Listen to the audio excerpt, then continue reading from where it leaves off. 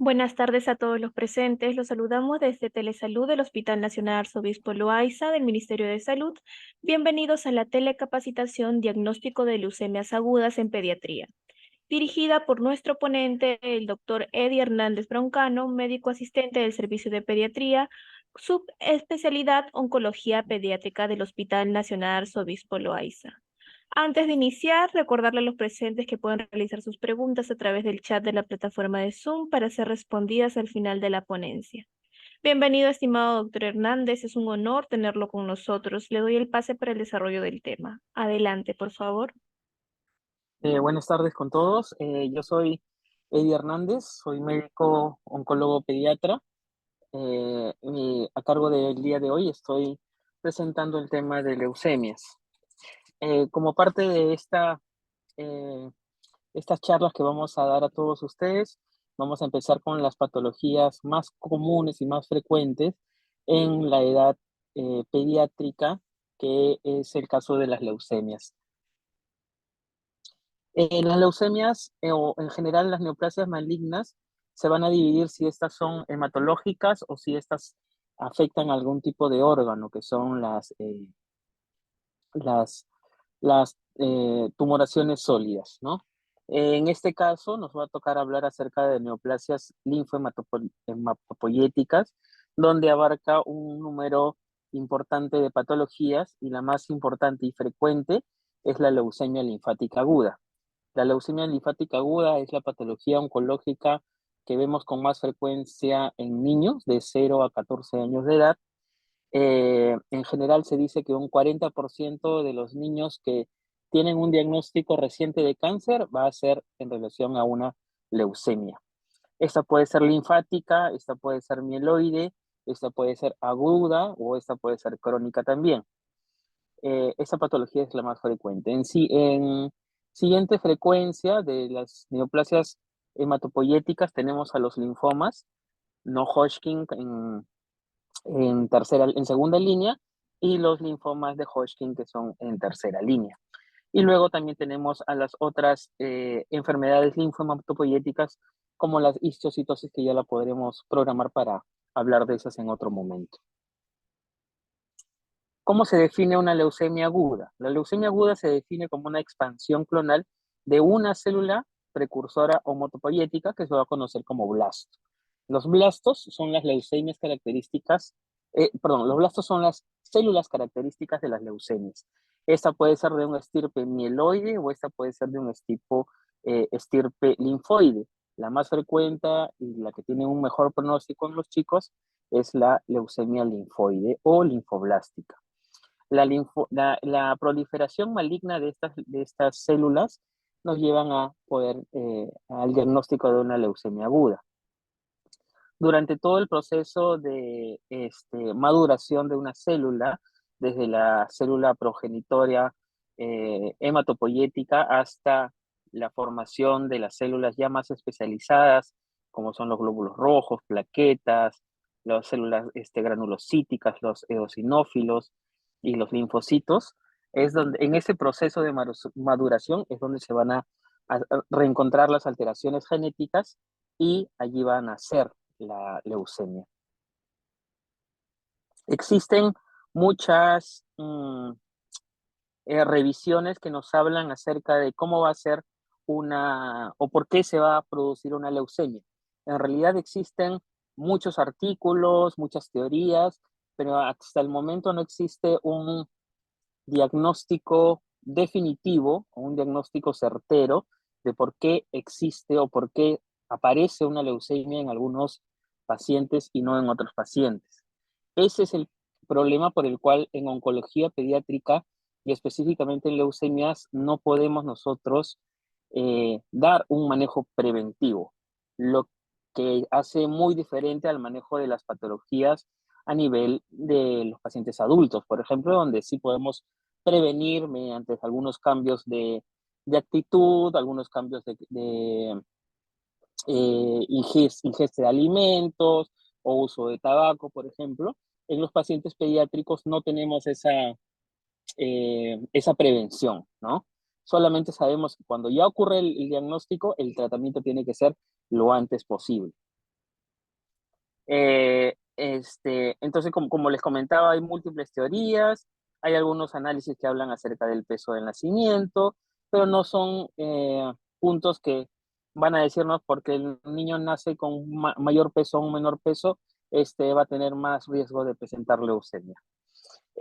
Lo otro que sí puede haberse visto es que hay algunos pacientes que tienen alguna relación con el hecho de vivir cerca a las grandes torres de alta tensión, donde puede producir alguna alteración genética en su DNA y ahí producirse la leucemia. Pero como les vuelvo a repetir, esto tiene que ver mucho con la parte de asociaciones, más no la causa inicial de la leucemia. La leucemia linfática aguda, que es la más frecuente, la que vamos a ver hoy día, se clasifica según algunos factores genéticos que nos van a dar el pronóstico de la enfermedad. Es por eso que cuando se diagnostica una leucemia, no solamente vamos a hacerle el aspirado de médula ósea, sino también le vamos a hacer unos estudios de eh, moleculares, que se conocen como paneles moleculares o estudios del cariotipo, para saber ante cuántos cromosomas están presentando estos blastos o qué tipo de traslocaciones genéticas se encuentran en ciertos cromosomas. ¿Por qué? Porque esto sí está asociado con un mejor pronóstico de la enfermedad. Por ejemplo, en la parte superior del lado derecho, ustedes pueden ver que hablan de hiperdiploidías y dicen más de 50 cromosomas, 25% de los pacientes. Y esto es cierto porque el 25% de los pacientes diagnosticados con leucemia van a tener este tipo de cantidad de cromosomas que está asociado a un buen pronóstico de la enfermedad, es decir, una buena respuesta al tratamiento. En la parte lateral derecha inferior también vemos esa traslocación, que es la traslocación 1221, que está asociada más o menos en un 22% de todos los chicos que tienen este diagnóstico y también están asociadas a un mejor pronóstico de enfermedad, ¿no? Y hay otras otras traslocaciones, otras condiciones genéticas que nos pueden hablar de bueno o mal pronóstico, pero en general estas del lado derecho son las que nos pueden decir que el paciente va a tener buena respuesta al tratamiento. La neoplasia maligna más frecuente en pediatría, como ya lo mencioné, es la leucemia linfática aguda. En general va a representar en el Perú, por ejemplo, el 35% de todas las patologías oncológicas en niños. Casi las 3/4 partes de las leucemias son debidas a leucemias linfáticas y el otro 25%, un cuarto de todas las leucemias, son leucemias mieloides agudas. Las leucemias mieloides agudas es un tema aparte porque el manejo es distinto, la sobrevida también es distinta, el tratamiento es completamente distinto también. En general, se dice que en el Perú hay algunas cifras que hablan de 150 casos nuevos al año de leucemias linfáticas agudas, la mayoría de ellas tratadas en el Ministerio de Salud, básicamente en el Hospital Neoplásicas y un pequeño porcentaje que ya se está manejando en el Hospital del Niño de San Borja. Y la idea del equipo de oncología pediátrica que está empezando el trabajo en Loaiza es tratar de ver las opciones de inicio de tratamiento allí. Lo importante también es saber cuál es el pico de incidencia. Aquí tengo una barrita que es muy interesante, donde vemos la edad en años de los pacientes de 0 a 15 años, que es generalmente el grupo etario que manejamos en oncología pediátrica, y donde ustedes ven entre el 2, 3, 4, 5 años de edad, es donde tenemos el mayor número de pacientes con debut de leucemia. Y esto es bueno porque esta edad como pronóstico, como único valor, es un factor de buen pronóstico. Entonces, y afortunadamente, pues es la mayor cantidad de edad al diagnóstico que tenemos de las leucemias. Hay cierta preponderancia entre sexo masculino versus femenino y hay cierto incremento de casos en los pacientes hispanos y de raza blanca. También se refiere que hay alguna más frecuencia en los países industrializados por, digamos, la mayor exposición a ciertas radiaciones. Bueno, eso también es un poquito más de estadística, pero en relación a las leucemias mieloides, que es un poquito menos frecuente, casi como se comenté, la cuarta parte de todas las leucemias, representa el 15% de todas las patologías oncológicas en niños. Es más frecuente, refieren también en raza negra y en hispanos. También tenemos un número importante de pacientes con leucemias mieloides tratados acá en el Perú. Y el pico de incidencia se dice que, a diferencia de las leucemias linfáticas, esta tiene una cierta preponderancia mayor en la edad adolescente o preadolescente. Son pocos los casos que se presentan al año, como ven ahí, 30% sacados al año en el Perú en el año 2010, comparados con los 150 que se presentan en, el, en la leucemia linfática aguda. Básicamente, por cómo se presenta un paciente con una leucemia aguda, por la infiltración de estas células alteradas genéticamente, aberrantes en la médula ósea, no se va a producir las células normales, que son, por ejemplo, los glóbulos rojos y las plaquetas, por lo cual podemos ver anemia, cansancio, hiporexia, que puede ser uno de los únicos síntomas que puede tener un paciente. Asimismo, plaquetopenia con signos como sangrado, gingivorragia, epistaxis, equimosis que salen de forma muy espontánea en los niños, lo cual nos tiene que hacer sospechar de esta patología. Otro punto importante también es los procesos inflamatorios por el crecimiento rápido y excesivo de células a nivel de la médula producen los dolores óseos, que son también síntomas muy frecuentes en estas patologías. La fiebre sin otra causa conocida que no sea infecciosa también es un síntoma de la leucemia. En relación a infiltración sistémica, vamos a ver pacientes que empiezan con una hepatomegalia importante, clínicamente los vemos con distensión abdominal, linfadenopatías, donde vemos crecimiento de los ganglios a nivel de la parte cervical, la parte axilar o inguinal, es muy importante ello.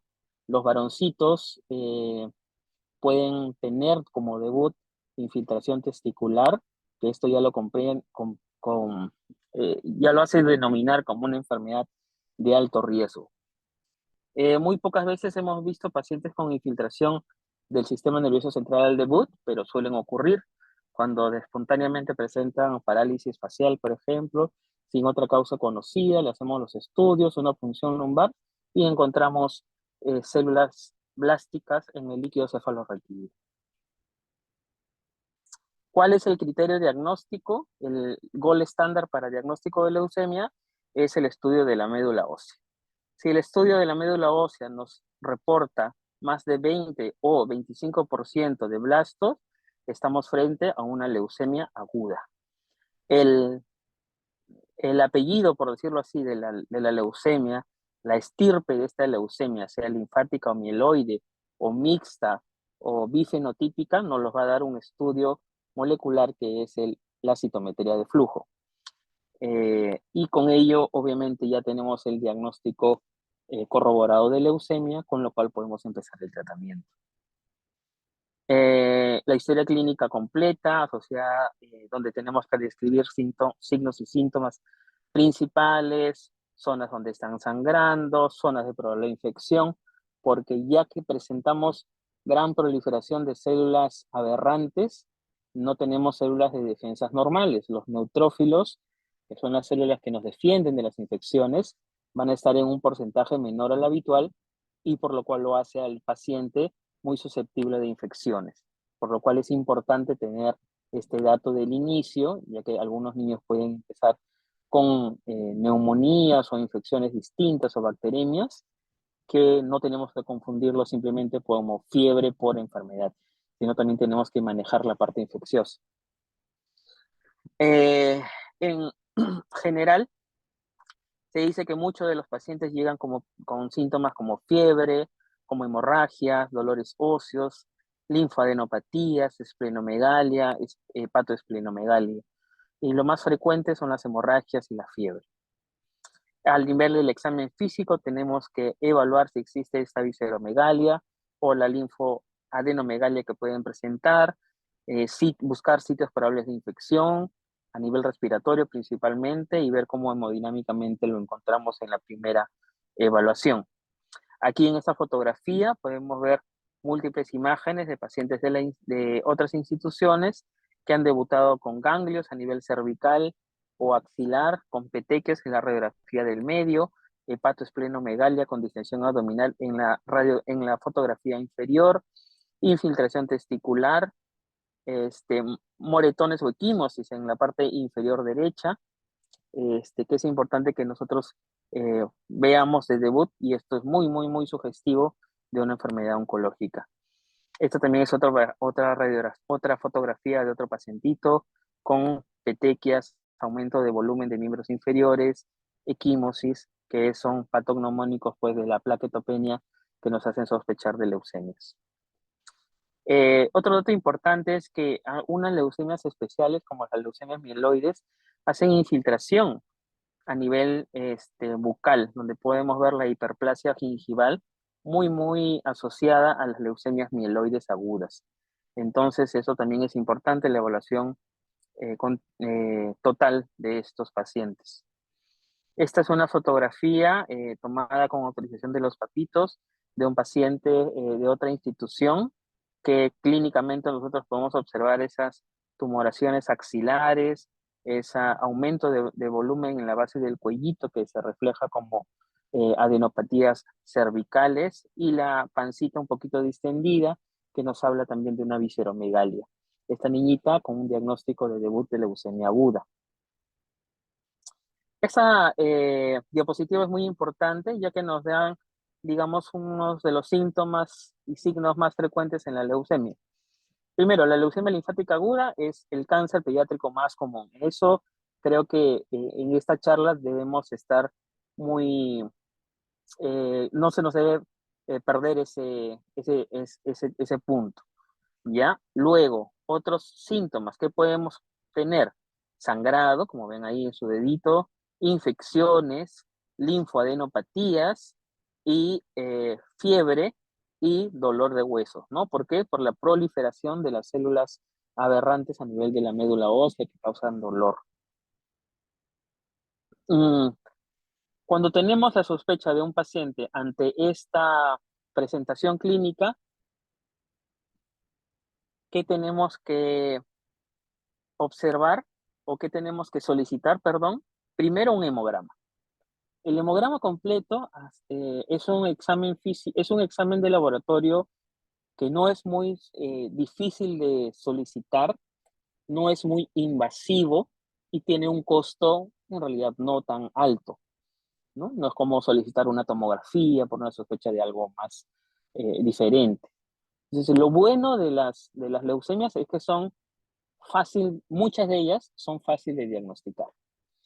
Con simplemente un hemograma que se toma por una muestra de sangre periférica en el bracito del niñito, podemos tener el dato de la hemoglobina, el dato de los glóbulos blancos y el dato de las plaquetas. Si contamos que estas tres series estén alteradas, ya nosotros tenemos que estar ante una sospecha muy, muy, muy segura de que estamos frente a una leucemia. Y perdónenme, pero se movieron aquí las fichas, las flechitas, pero básicamente lo que queríamos mostrar es esto.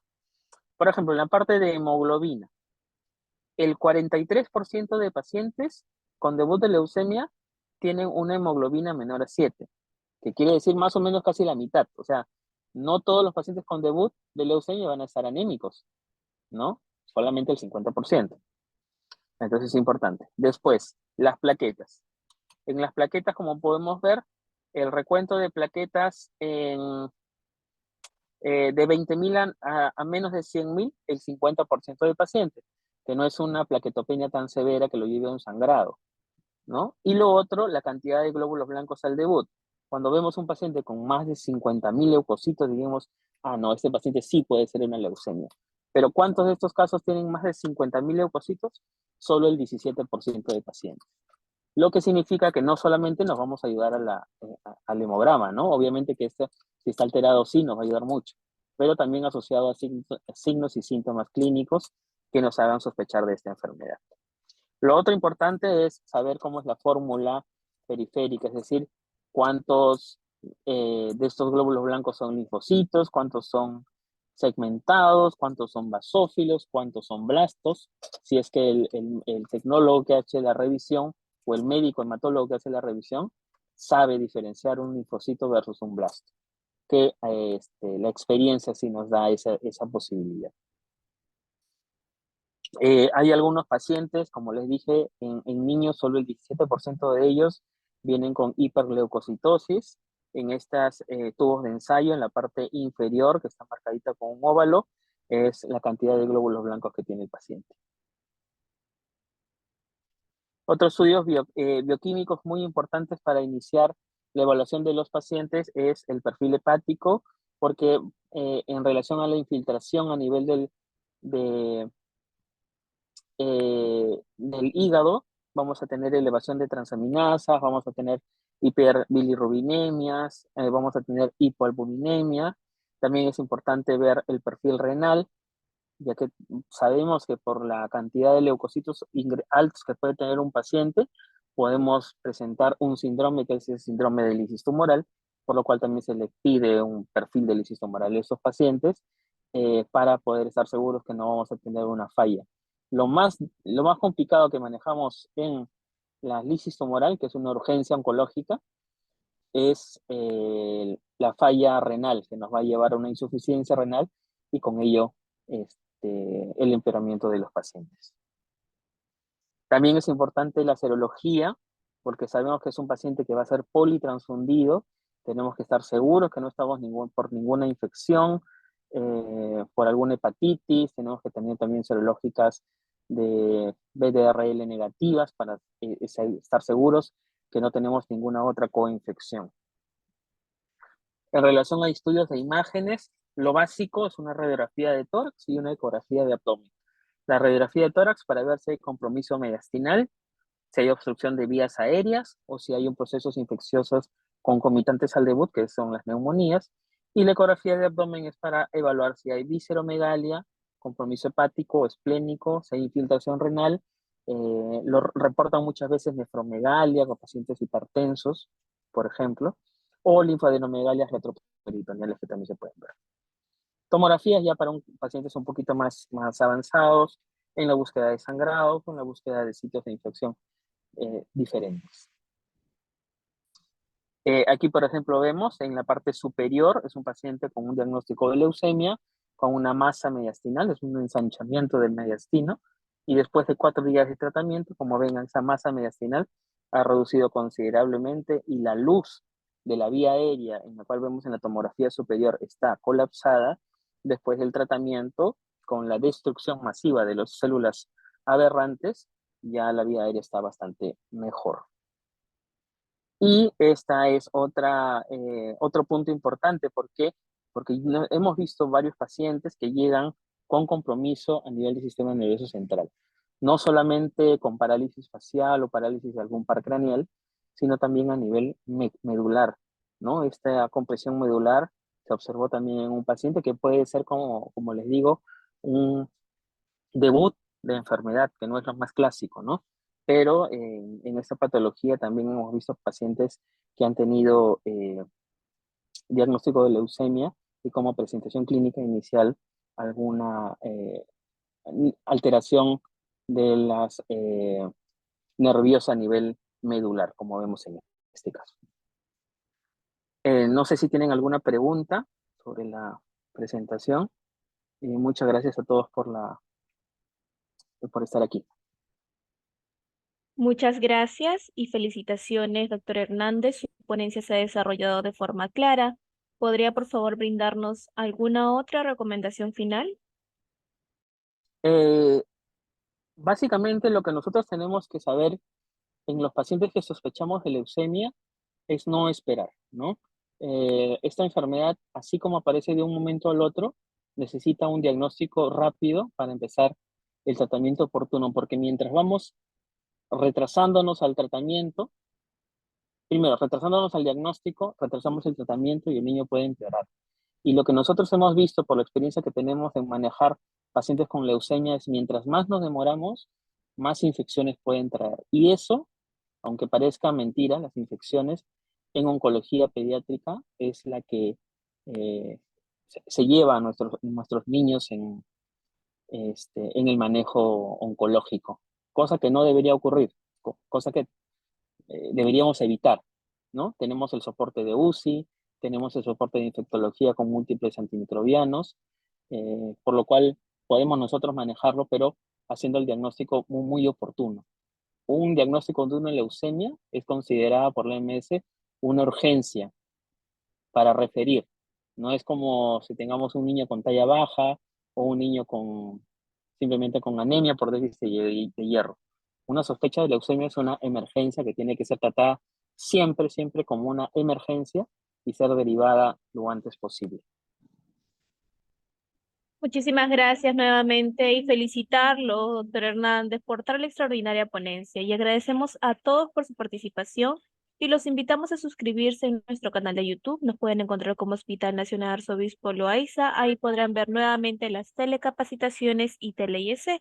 De igual manera pueden escribirnos en los comentarios otros temas de interés que les gustaría que se tocaran próximamente. Y con nosotros sería una próxima telecapacitación. Muchísimas gracias. Doctor Eddie Hernández, ha sido un honor tenerlo con nosotros. Muchas gracias. Igual si tuvieran alguna consulta la pueden hacer. Y si hoy día no la podemos contestar, les tenemos atentos para contestar. Buenas tardes con todos.